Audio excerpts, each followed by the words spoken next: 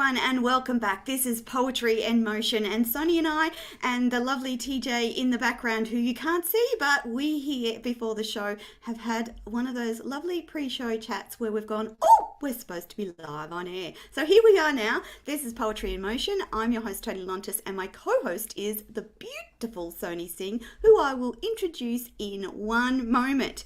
Before we do that, just a reminder, if you're listening on Facebook, YouTube, Twitch, Twitter or LinkedIn, please reach out and comment, like, subscribe to the channel, reach out, connect with Sonee about her writing process, her books and her story. We encourage you to do that. If you need to watch a catch-up show, because this is the fourth in a series of shows, a quick reminder that you can watch them on YouTube at the YouTube Tony Lontis, or you can watch them on Binge Networks, Hero Go, Zondra Networks TV, Paz TV, and soon Everyday Women's Network TV.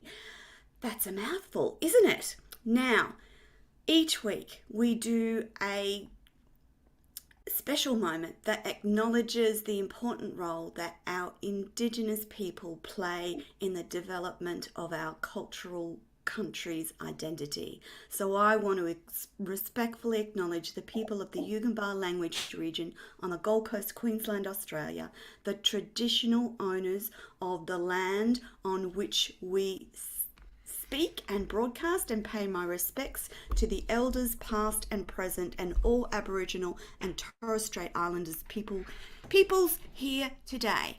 Now you get to chat with the beautiful Sonee, but before we do, Sonee Singh is a cross-cultural seeker of deep knowing. She writes stories of self-discovery to encourage people to accept themselves for who they are and live life on their own terms. Her tales are of her characters' definitive moments in life journeys, and this applies to both her poetry and her novel writing. And she uses her multicultural background infused into her stories and poems. So Sonee is of Indian descent. She was born in Mexico, raised in Colombia, currently resides in the United States, and is traveling Australia this little while. And when she's not writing, reading, traveling, she indulges in meditation, yoga, and aromatherapy. She has a Soul Seeker poetry collection, and today we get to talk about the launch of Lonely Dove, her novel released today, and we will talk all about Lonely Dove as we get into the show. Welcome back to the show, Sonee. Thank you so much for having me. How's the trip been going? The trip is wonderful. I've had an amazing time. I've been, I think, in 3 different cities now in Western Australia. I'm currently in Perth and I'm loving it. It's beautiful. Plus the weather is spectacular. There isn't a single cloud in the sky. So it's incredible. That's awesome. Because in Queensland, it's raining again. Oh gosh. The Sunshine State has become the rainy state. Well, it has been, particularly for the last 18 months. So anyway, everything's looking beautiful and green, and because it's spring, all the deciduous trees have their leaves coming out, everything's flowering, it's sneezy and wonderful despite the rain.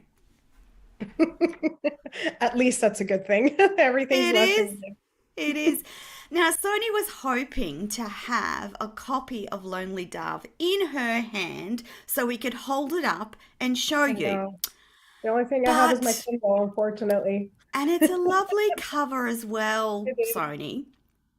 Before we get on talking about the book, I actually thought that we might talk about the cover and how you choose an image and how you choose the font that go with your book, because it's a very personal experience, because they're your words and you want the cover and the font to reflect the book and your writing, don't you? You do. And with this one in particular, and I don't know how much you can see because of the background, but maybe you can see a little bit. We can see, yeah. The title is Lonely Dove, and then you kind of see a dove there when in a And a women. female form. Yeah. Mhm. And so for the covers, I mean, with the publisher, I'm working with Kohler Books, who are based out of Virginia in the United States. They asked for our input, and I had actually already put together a mock cover years ago. As I was Ah, thinking of the ideas of the book, just to sort of have something more tangible to work towards. And at that point I had realized I really wanted to have the dove in the image. mm, There's a lot of symbolism behind the dove, but also it appears in the book, not just the term lonely dove, but an actual physical dove. And at the end of the day, this, even though it's a love story, it is also one of self-discovery for the yeah. protagonist. And so, since it's a female protagonist, it was important for me The to have that female there. imagery. Yeah, I mean, I didn't design the cover in the end, but I did Mm, have to give the either ideas. images that I liked or ideas for the designer to put together. And then, we had different mock-ups of um, the cover come back, and it actually went up to a poll. I sent it out to my social media to get people to vote on which Yes. cover they like best, and this is the one that came through. Oh, that's It great. won. Yeah. That's great. Sony, let's just briefly talk about the significance of the dove. So it's in the title, it's in the book. What do doves mean to you, Sony? Well, I mean, what is well known about the symbolism of the dove Yes. is peace and love. Yes. It represents a lot of goddesses of love.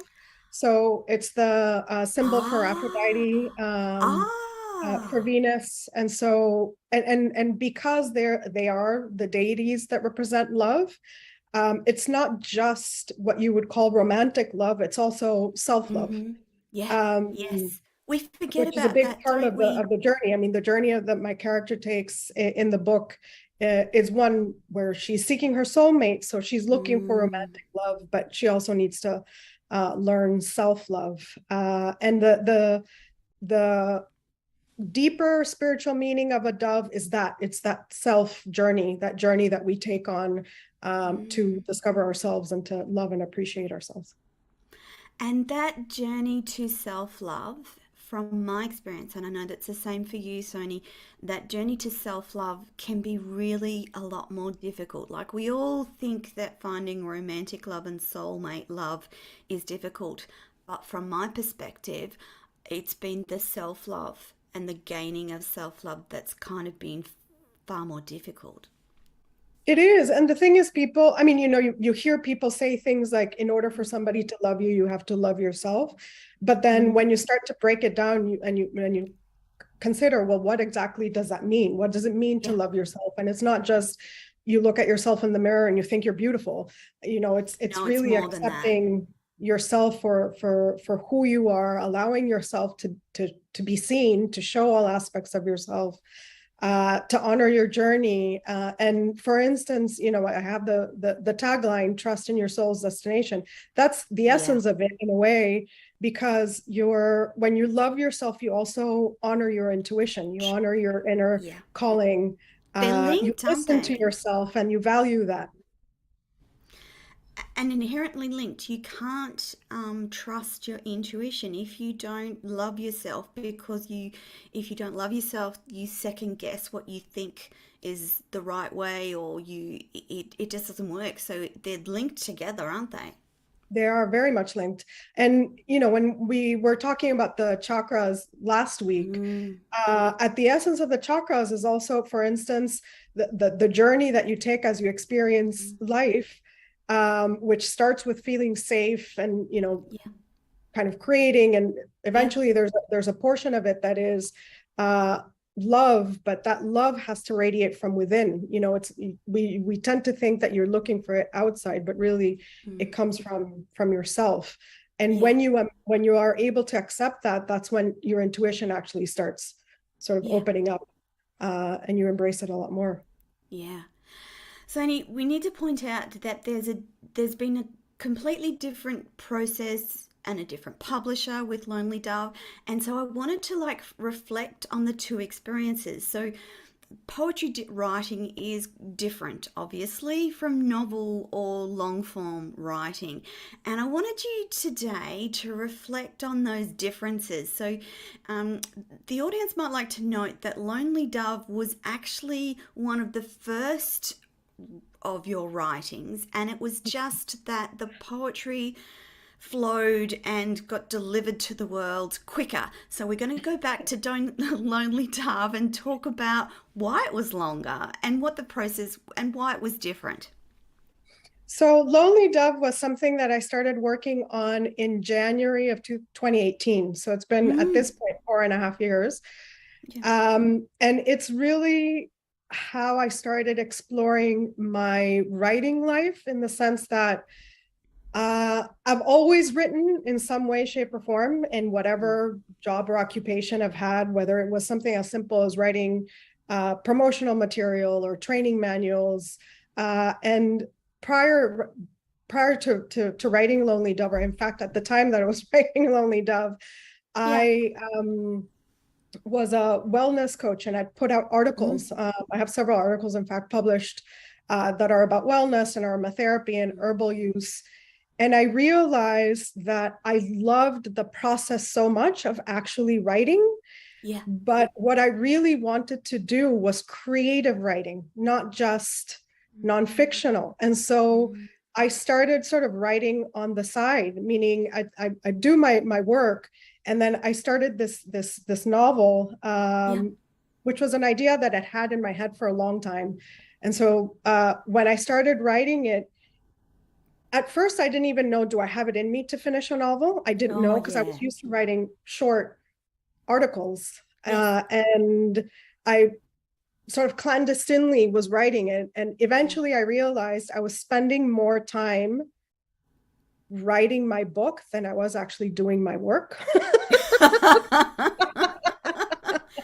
There's Because I nothing got wrong with really that. into it. But it really takes a lot of you, because, when you think It about a does. novel, like you think about an article, it's 800 to 1200 words.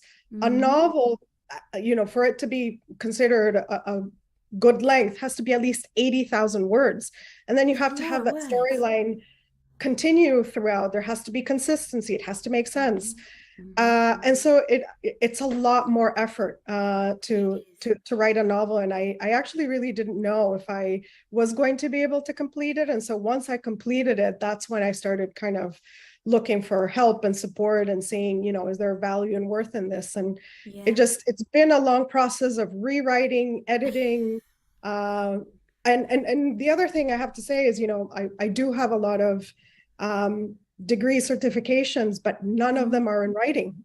So that's something that I also to turn back and learn, which Yeah. was part of the reason that it's taken this long to put together the novel, versus the poetry that, I started writing poetry essentially 2.5 years ago. And so by then I'd Yes. already been writing a novel, so I already had that practice of writing.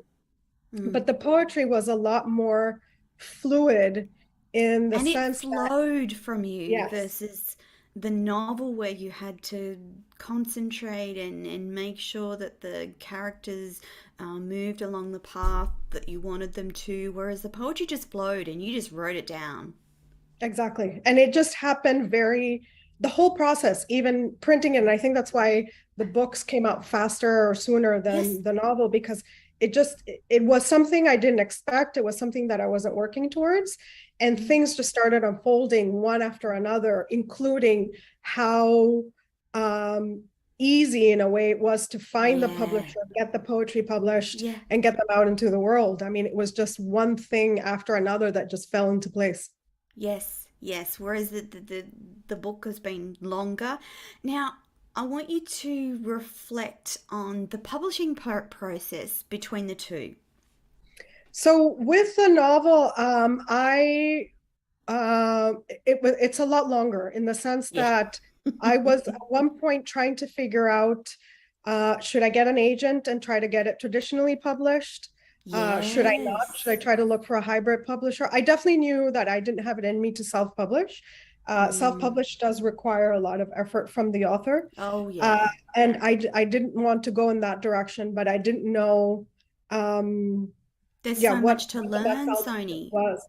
There's so much to learn with books. Yeah, and different publishers, whether you wanted what they call the big five, the Mm-hmm. Penguins, HarperCollins, those Simon and Schuster, like they're the big publishing houses. For them, you have to have an agent. They don't take publishing deals unless it comes through an agent. And then And how do you then find there's an agent? well, and that's the thing, you have to pitch. You go out there Mm-hmm. and you pitch, and I did that. I did a lot of pitching. I did video pitching, I did Oh, short pitching. And I think out of all of those, I had only 5 people who actually replied, because a lot of people will not even get back to you. And one of them who oh. said, I loved your story, but it's not for us. And then I got a whole series of rejections until after that. I thought, you know what, let me try and see if I can approach a smaller publishing house. Mm-hmm. Um, and I narrowed it down to about, I think it was 15 or so. And Kohler Books were the ones who replied. And so I got that one done January of this year. So that's when I signed the publishing contract with them. Fantastic. Fantastic. Yeah, so I very different from the poetry. absolutely, absolutely. And I was thinking about it last night. It's just two completely different processes and ways to publish, which actually gives you lots of credibility as a writer, having had that experience in the first Mhm. place. Like just talking about the pitching experience, now that you've done it, when it comes to doing the next one, you might actually find a traditional publisher for your books or your poetry books because you've had that experience. And the Exactly, exactly. and And the I mean, Kohler is actually a hybrid publisher. yeah. And so they, for instance, will give you a publishing deal based on the number of sales. So they have it a different way because they're much smaller. Yeah. A larger publishing house is just able to give you a deal straightforward. Yes. But here with this one, it's based on sales. Yes. But yeah, it's been fascinating. And now that I know, because at the time that I was trying to get my novel out, I really had You no just clue. don't know, do you? That's the other I thing didn't have for any idea. anyone. I didn't know how it worked. I didn't know, how do you frame your novel so that it sounds it's interesting. Mhm. Rewriting the first page, because that Mm. matters a lot. Making sure that you I- And I grab the must attention say, immediately. I'm into the book now, and I've read the first, well, more than the first page, obviously, because I couldn't stop reading it last night. I'm like, ooh, and I've just kept reading, and I can vouch that the first page of a novel gets you engaged. It has to be good. It has to be good. And it's funny that you mentioned that, because that first page Hmm. came together only for this version, in the sense that it wasn't the first page from a majority of the versions that I've had of this book. Isn't that fascinating? Isn't that fascinating? Yeah, this one, the opening of the book, or how it actually comes at this Mhm. point, it started with that scene that the protagonist goes and Yes, meets somebody because she's getting yes, visions. She wants yes, to get explanations. But it started at the time that she walks into the restaurant to meet this guy, not hmm, like she's standing outside waiting, yes, yes, where essentially yeah.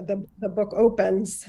Yeah, so that only came together at, I would say, probably maybe 6 or 7 months ago. Ah, amazing. And that's the thing that the audience needs to understand about writing. It may not actually be the way you think it's going to be, and you've kind of got to be open to suggestion, which leads me to the next question. All good writers talk about getting great help, be that book mentors, editors, frameworkers, whatever it is. Can you tell us about some of the help that you've had along the way for Lonely Dove? And that's a beautiful question, because there have been Mm, so many people involved. I mean, mm. writing is a solitary job, but at the same time, in Correct. order to get that writing out into the world, you need a group of Lots of people. people. And for me, for instance, with the first draft, after I finished and realized, okay, yes, I do have it in me to complete a novel. I relied at first on a friend just to say, can you Yeah. just read this and say, Just tell tell me I me, need something. yes, do I have the Because you don't skeleton on know, do which to you, put the Sonee? muscle on? You don't know, do you, Sonee? Like when you No. first write a novel or a book, you don't know because you're too close to it, you know? Hmm. And you And the thing need is, that external. when you read other people's work, you have the ability to be critical, but when you read your own, you don't see it because you start kind of either getting used to it, or you get more focused on how you're writing than the actual content of it. So it's harder for you to see it critically. Yeah. But after she read it, she said, she had a friend who's a freelance editor, and Mm-hmm. even though her editor friend did nonfiction work, she still did me a favor just to say, I need a professional, more of a professional eye to look at it. And so she helped me for a few months, but eventually I realized I really needed expertise on a fictional level. Mm. And so I started working. So I signed up for sort of a small group author coaching, and there was a group of about I forget how many there were, but there were. In fact, the lady is still based in Australia, Joanne Yes. Fedler, which Yes. is how eventually I met Karen. By the way, that's that's how the connection Ah, happened. So I took her okay. courses, and the Mm-hmm. way that she did her coaching and mentoring is that she did it as a group sessions. Mm-hmm. And so she provided content and calls and that kind of thing. And so you would have to go back yourself and Mm-hmm. try to fill in the blanks and try to see your own work. But as we said, it's hard when you're It writing is. it to then say, have I done this effectively? Like I can hear what she's saying, but now I need somebody to actually give me specific feedback on my book. Yeah. And I worked with another coach who also had kind of a group Mm. session. She did provide more one-on-one coaching. In the end, the process for that and how she worked was too long for me. So Yeah. I stopped working with her. Had a mentor for a short while, for about 6 months, who also helped me to think more critically about the book. Once I realized that I had what I needed to actually complete a draft that I was happy showing somebody else, Yeah. then it was time to look for a proper editor. Yeah. And so I found him through an editor agency. And now what he was doing was two things: developmental editing and copyright editing. So Yes. developmental editing will look at the book critically to say things like, is the Structure. opening, is it going to hook the reader in? Mm. Is there, a flow, a story arc for the story? Is it consistent? If there are symbolisms that you use, are you using them throughout the In the book right. Yeah. in the right way? Do Yes. you open stories and then close them? Do you resolve everything? So they look at it in a very critical fashion. And the Which is beautiful good thing about though. that is that you then get a report, because you get a report that tells you Yeah. chapter by chapter. And that's what he did for me, which was absolutely magical. And I think it was after that draft. No, it was not. I Mm. think it was after that draft that I started sending it out, Oh, started sending the wow. manuscript out. Yeah. So quite a process. Oh, and I can say Quite. copyright editing, which he also did, is Yes. looking at grammar. Yes. Grammar to make sure everything, sentence structure and punctuation and all of those things are done And then you can correctly. actually have different types of editors as well. You So you can, can and have some like people a will only do developmental have. editing. Some people only Mm-hmm. do copyright editing. I mean, so it's not copyright, copy editing. Yeah. So it depends. Some people will do both. But the Yeah. funny thing is, even after you do that, the publisher still has you go through editing. I know. I know. And it's a painful process. Can I tell you that editing is not fun? It is really tedious. And by the time that you get to editing, you know that story like backwards. And You you do. actually get to the point and you go, I thought I corrected that sentence to XYZ. And you kind of just go, but now it's this. did I do that or did the editor do that? Like it's a tough portion, but a necessary portion to get the Yes. book out to the world. Yes. And the thing is also, like, once it got to Kohler Books, it went to the editor there. So she had a look at it. But, we continued essentially Mm, revising it up until the last moment. So yeah. the last version of the book got sent to the publishers on August 22nd.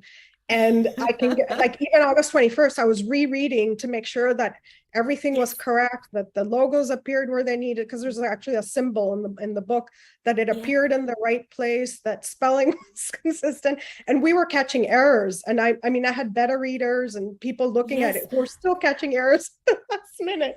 So And even when we try to get everything right, it still sort of takes an army of and I people to get it think together. that's part of the conversation is that it may not be perfect when it goes to print. It'll be as close to perfect as humanly possible.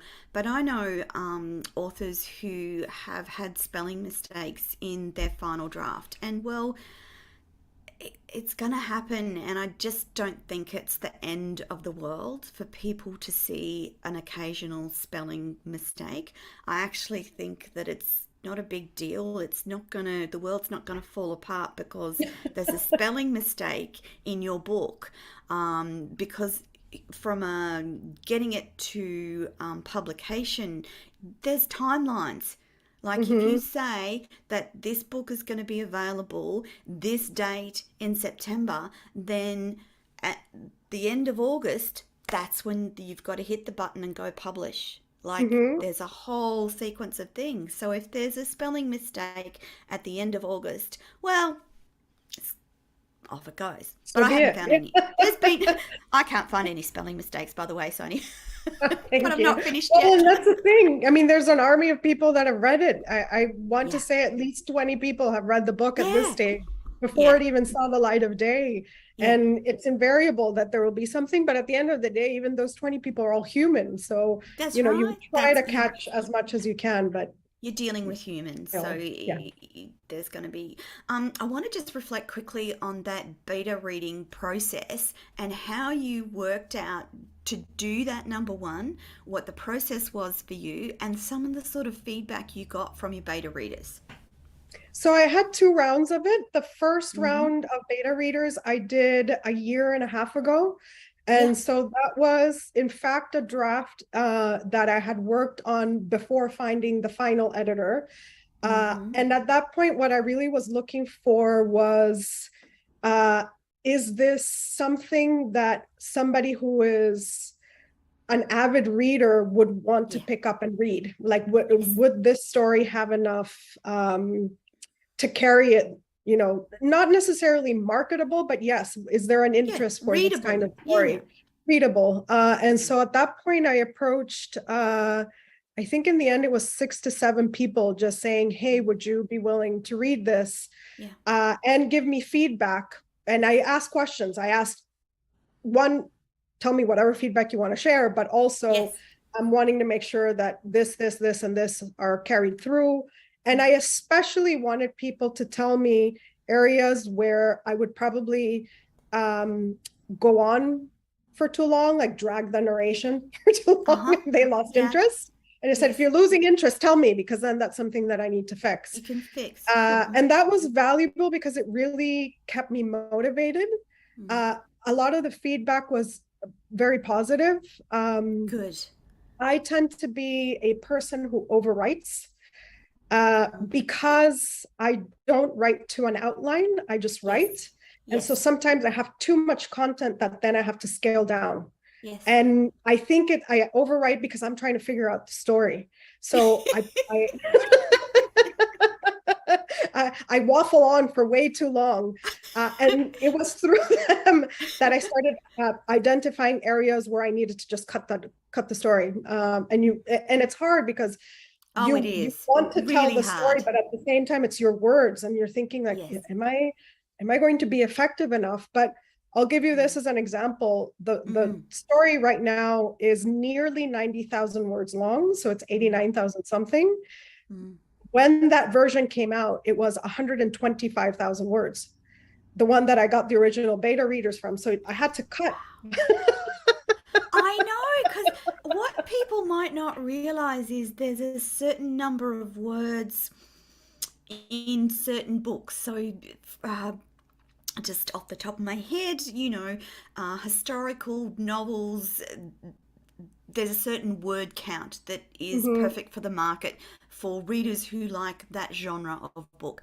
Same thing Hmm. for lots of other things. And so you actually, as a writer, have to write to a word count or around about a word count. And that's Yes. really tricky. It is. And for instance, my book is literary fiction. Usually literary fiction novels are between 80,000 to Hmm. 100, 110,000 max, but Yes, that's now looking at a very thick book. yes. Whereas fantasy, it's, it probably starts at 110,000 because, And fantasy, you goes have to bigger. do world building and you have to do a lot of other things that, for literary fiction, you don't actually have to get into. So they don't tend to be as long. But yeah, I mean, I would never have been able to present a literary fiction at 125,000 words and have gotten it accepted. They would have It's a said, lot no, of no, no, words, isn't go it? through several other rounds of editing. That's a lot of words. A lot of words. Um, It is. Sony, did you have trouble finding beta readers, or did you, like a lot of people love to do that? And it's a wonderful thing for other human beings to gift an author a beta read of their fledgling novel, isn't it? Mhm. I only had about two people who either declined or didn't get back to me. The Yep, rest they were responsive, and I think good. I either had people who read avidly, and so they were genuinely just interested in the book, Mm. or people who are writers themselves, and so a writer understands. Yes, A yes, fellow writer yes, understands what another yes. writer's, And even if that's it's in a that's different always a genre. good thing. Mhm. It's So no, always a I good. didn't necessarily struggle, but I did reach out to people who I knew would be interested in reading, or they would, they would just because they were fellow writers. And when I did the second round of beta readers, then it was only purely writers. I Good. didn't go to readers. Yeah. And whilst you said that their feedback was mostly positive, I'm sure that there was some negative feedback in there somewhere. Mhm. That's hard to deal with, isn't it? So, like, It is, but some of it's it's also really a learning good, but process. Yeah. yes. Like, say, for instance, one of the feedbacks that I had at the beginning was that just so many portions of it that I needed to cut. But Mm-hmm. it was also a lesson in it for me to realize what my style of writing was and acknowledge it and accept that I just Yes. overwrite. And Yeah. then in that process of editing, that's when things get cut off. But Yes. also a learning, for instance, a lot of the dialogue. I didn't know how to write dialogue. Mm-hmm. I had to take Mm-hmm. courses on writing dialogue, read books, but one of the Yes. feedback that I got told was your writing doesn't sound realistic. Yet, because it was a beta reader, they didn't have an expertise to be able to To turn back and tell say, you. this is how you fix it. They just knew it's a problem. So then Yeah. I had to turn around and say, okay, well, how do I fix this? Because And that's another reason why you need professional support, because that's when they look at it and they can give you that type of feedback. yeah. Sonny, when you're talking about dialogue writing, it's not just your characters speaking words, it's also what's going on in their mind. That's Mm-hmm. dialogue as well. And there's two different Absolutely. ways. There's different ways of writing that so that the reader understands that this is what's happening in their mind. This is the dialogue Mm-hmm. in their mind. This is the spoken dialogue or the dialogue between two people. It is. And the thing with dialogue also is that it has to have a purpose. You can't Mm. just say hi and the other person says hi back, because that's dull and it doesn't really move the story forward. The Yeah. dialogue actually has to help you Understand. tell another aspect of the story or show dynamic between two people, or as you Yeah. said, inner dialogue versus outer dialogue. Sometimes Mm-hmm. that in and of itself is really interesting. What is a character actually saying versus what they're thinking and holding back? That Yeah. tells you something about the story. And so it's a very tricky thing, because you also have to be really, really familiar with your Yeah. characters. Like, you have to get to know them Yes. really well to Yeah. understand how they would respond to a situation, or why they would hold something back, or why they would open their heart in a particular Mm. area of the story to be able to build that forward, or build a bond with another character, and why that one character versus the other one. So you really have to know Yes, your characters. yes. And I know we've talked about this before, Sonny, but sometimes in your writing and character, you actually don't, you might have a number of different endings or scenarios that they might go through. And it's not until you're actually in and writing the story that you'll take them on a certain path versus Mhm. another path. Whereas I know writers who actually plan out their whole novel, what the character's going to do, where they're going to go, what's going to happen to them, and how the ending is. But for a lot of us, we're more intuitive writers. So we think, I've got a general idea of this character, who they are, what their personality is like, and a couple of elements of what their journey is going to look like, and the rest will come to me. And in the industry, that's known as a plotter versus a pantser. Yes. So the plotter will know, they know the story before they begin writing. And in Yes. fact, they need to know the story in order to start That's writing. that's Otherwise, they right. can't. That's part of their Whereas, process. yeah, whereas as I guess you and I are both Yes. pantsers in the Yes. sense that we just kind of You fly just off the seat of know. our pants. we let the story direct where we're going. Just And so a yeah. lot of times, it isn't until I've completed a draft that I know at least Mm, more or less where I want it to end. But mm, even that will change yeah. as either the drafts evolve, or Mm. my character evolves, or Or you get some the more I get feedback to know the or person. Mhm. mm, mm, And it's yeah. funny that you think of your characters as people, but they are. Well, In they real life, they're are. people.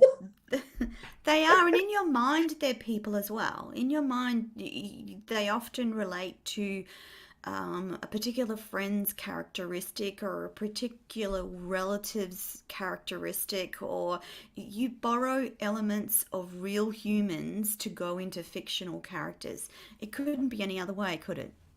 No, and because ultimately you're right from your experience. So there, Hmm. even in the villain, even in the most awful person, there's even an aspect of yourself that goes in there, because Hmm. it's Hmm. still the world through your eyes. And even though Yes. you're trying to bring somebody else to life, it's still your perspective of that somebody.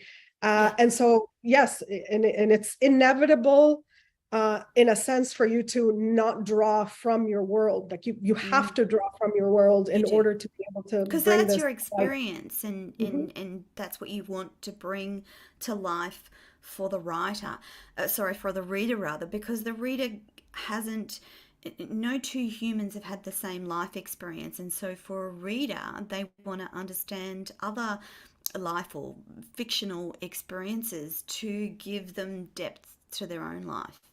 Exactly. And the thing also is that even when you're trying to write somebody who is not you, like you're Mm-hmm. trying to, you create a character that's Yeah, based on somebody that you experience, a lot of times it's not just one other person, it's a that's right. series It's of a, people that come yep, together that yep. make, the one character that you're putting forth. Absolutely. Sony, I want to get you to read from Lonely Dove today for the audience. Can you do that for us now? I can definitely. And so I obviously wish that I had the physical book, but I don't. I know. We'll have to hopefully leave that for another show. Maybe I'll have it Yeah, physically by I then. was just going to say, I'm sure you'll have it before the next shows, and we will hold it up then as well. Yes. And so I also, before reading it, I just want to say that a Mm, lot of the story is based on visions that the protagonist, Angie, gets.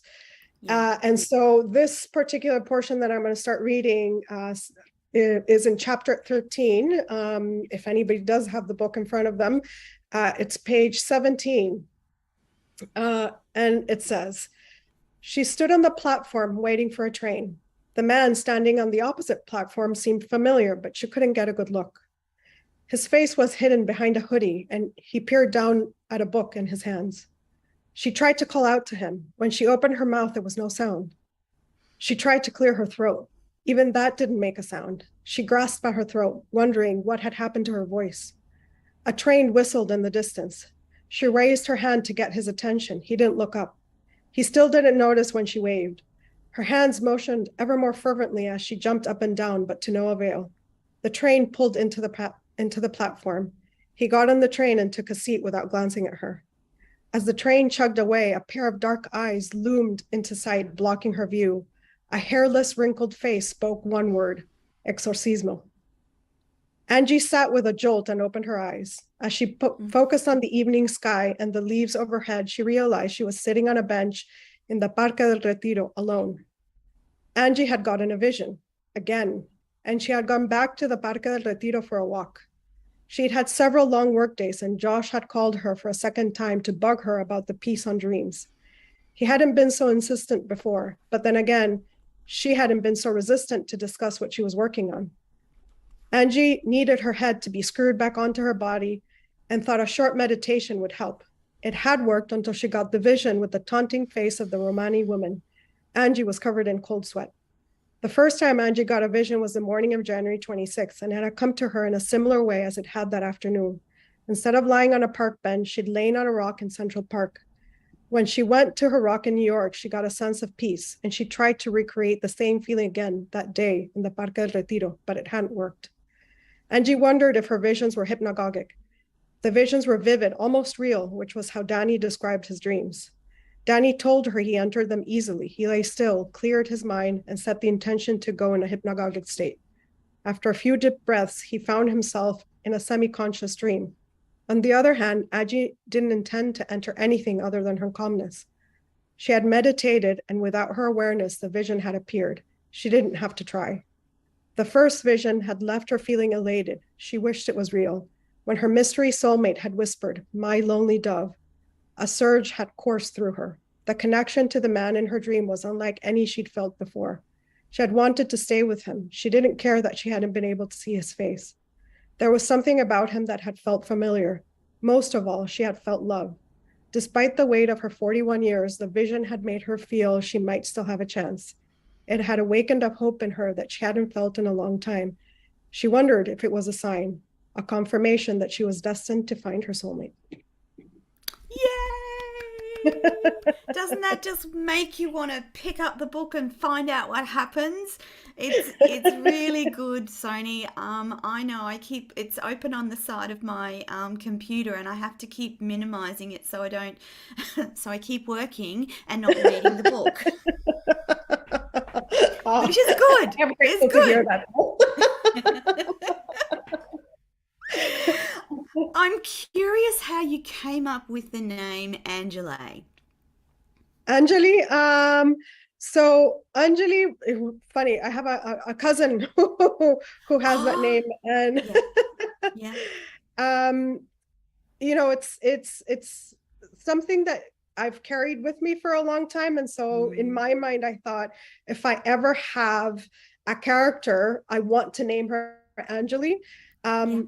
It's Anjali, but it's hard to pronounce in Hindi, I guess. But I also wanted to have a name that was easier to kind of condense. And so I thought Angie, Angie is pretty universal. Yes. Angie also sounds like angel. Yes. And so I was going to ask you about words that. With that.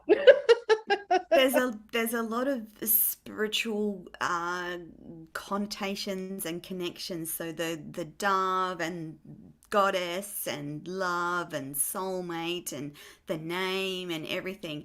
Did you realize that as you were writing, or did it only become apparent when the novel was done? Some of it was when I was writing. So some of it was intentional right from the beginning, including the choice of the names. Yeah. The dove had come to me before, but when I looked up the spiritual meaning of a dove beyond, meaning peace, it blew me away. And that's when I thought, oh, that's definitely staying. Because at certain points, I was considering retitling the book and having it be called something else. And in fact, that's when I started looking at the symbolism of the dove. And then I realized, oh, no, I have to, it's become even more significant. There were certain things, like there's also, if people are into it, they'll pick up on it. There's a lot of numerology. And so there's timing. I and thought so people read it. they will understand. If they're not into Mm. it, they just think, oh, whatever, it's the time. Which is And so fine. those are deliberate. Those I put in beforehand. But some of the other ones just came about after the fact. So there's Yeah. also a particular crystals that I mentioned Mm. throughout the book. Yeah. Those came in afterwards. That essentially Yeah. a story had been set, and then I wanted to add a little bit more depth to it, and so I Yes. started adding them in there. And one character in particular, not Angie herself, but another one, uses a lot of crystals. And so again, Ah, if you pay attention to the crystal and you know the significance of it and what happens in yes. the story, there's a link. Oh, that's awesome. That's But if you don't, it fantastic. doesn't matter. It's not something that's going to hold you back from the story. Now, I asked you this the other day when we were chatting, but there are more novels, aren't there? As well as poetry books, but because we're speaking about novels, there's more novels, isn't there? Yeah, so I am currently working on a second draft of a novel. And I'm at that stage where I've written so much. Yes. Yes. Yes. I finished the book, and so now I'm trying to figure out what story am I trying to tell. Uh-huh. I know who the protagonist is. I know that she starts in a particular point in her life, and I Mm-hmm. know how I want her to be in terms of character development at the end, but I haven't Yes. necessarily figured out the entire trajectory. So now Mm-hmm. that I'm working on the second draft, it's essentially quite a lot of rewriting, and I've had Yeah. to cut up the chapters and rework them because I Yes. also was doing a timeline that had a lot of flashbacks, which Lonely Dove does. I mean, Yes. Lonely Dove Yes. isn't, a sequential book. It has a lot of, Flashbacks. um, yeah, back and forth on the timeline. But this one, I've rewritten it now so that it has a continuous timeline. Yeah. So yes, I am in the process of the second draft of a book, Oh, which at the God. moment I've called The Box, but I'm 100% sure I will change that title. Lonely Dove, the title came right And from it the beginning. stayed, didn't it? Yes. Lonely Dove, that was the title. That's what it was going to stay at, and it hasn't sort of moved. It now makes sense to me as I'm reading the book as well. Um, so your family, now that Lonely Dove is out there in the world, how proud of mum and dad? Oh, they're extremely proud. They're so proud. And it's beautiful actually, because in a lot of the career choices that I've had in the Mm, past, well, I should clarify this. My mother has always been supportive. It doesn't matter what I wanted to do in life. I think the only yes. time she was disappointed was when I said to her as a child that I wanted to work as a cashier. And then she said, you might want to aspire for more, but so she's always been very supportive. My father has been a little bit more resistant Yeah. Yeah. Because to they some of worry my about, career choices. yep. But once I embraced writing, he fully embraced it with me. So it's been Yeah. really, really wonderful. My mother is a big reader, so she was very Yes. excited. My Yes. father is not a reader in the least. Yeah. And so he very proudly says that the first book he picked up and read cover to cover without stopping was Embody, which is my poetry book. And Oh, he's that's never in his life awesome. read a novel, but he started reading Lonely Dove. So he's reading Mm-hmm. it alongside you, for instance. Like he's just started to read. Oh, that's Yeah. Whereas my awesome. mom is done reading it. Of course, of course, of course.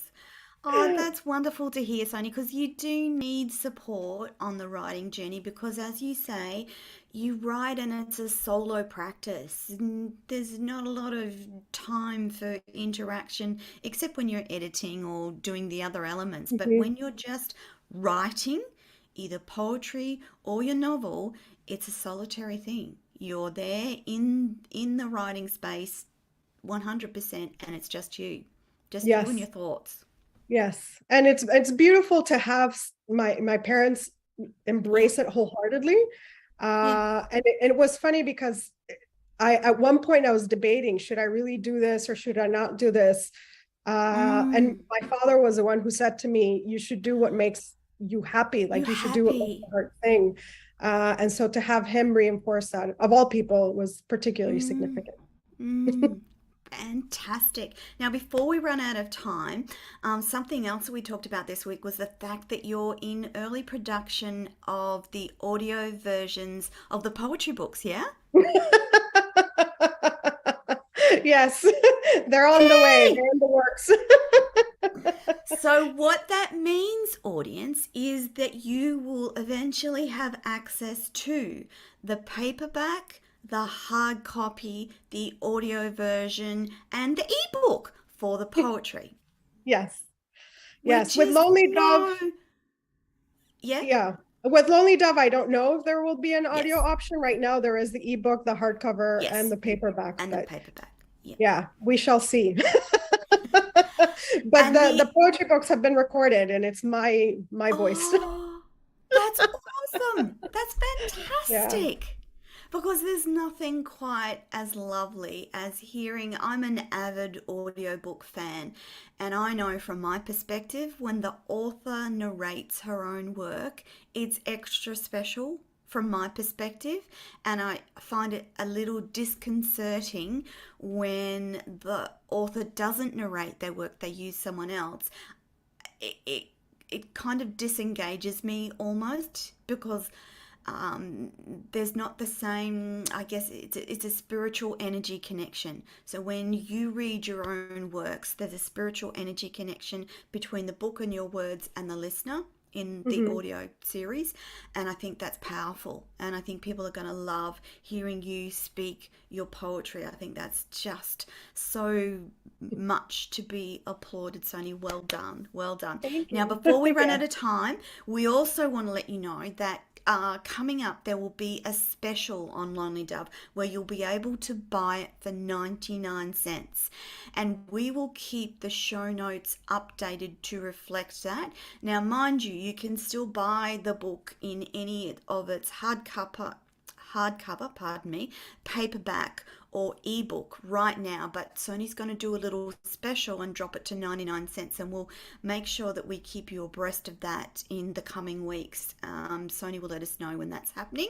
We were hoping that it would happen today, but technology in retrograde is challenging. That's all I'm It going to is. say about that. It is. It will come, and when it does, it'll come for a week, so it'll be available for a A week at that low great price. But opportunity to yes. buy in that week, although I couldn't wait for that, so I've just got mine already. Um, Sony, would you like to tell the audience what book we're going to be talking about next week? We are going to be talking about book 2 in the poetry collection and the Soul Seeker collection, and it's called Embrace. So it'll be, Yay! yes, an evolution in the journey. Absolutely, absolutely. I'm looking forward to our chat again next week. For those of you watching and listening today, please don't forget to log in and listen next week when we talk about the second in Sony's beautiful poetry series. And don't forget that her books are available everywhere. I'm talking Amazon, Barnes and Noble, Booktopia. You can get them directly from her website. You can get them from the publisher's website. And wherever you see this interview, we'll see connections to Sony and her website, how you can connect and chat with her. And I encourage you to do that.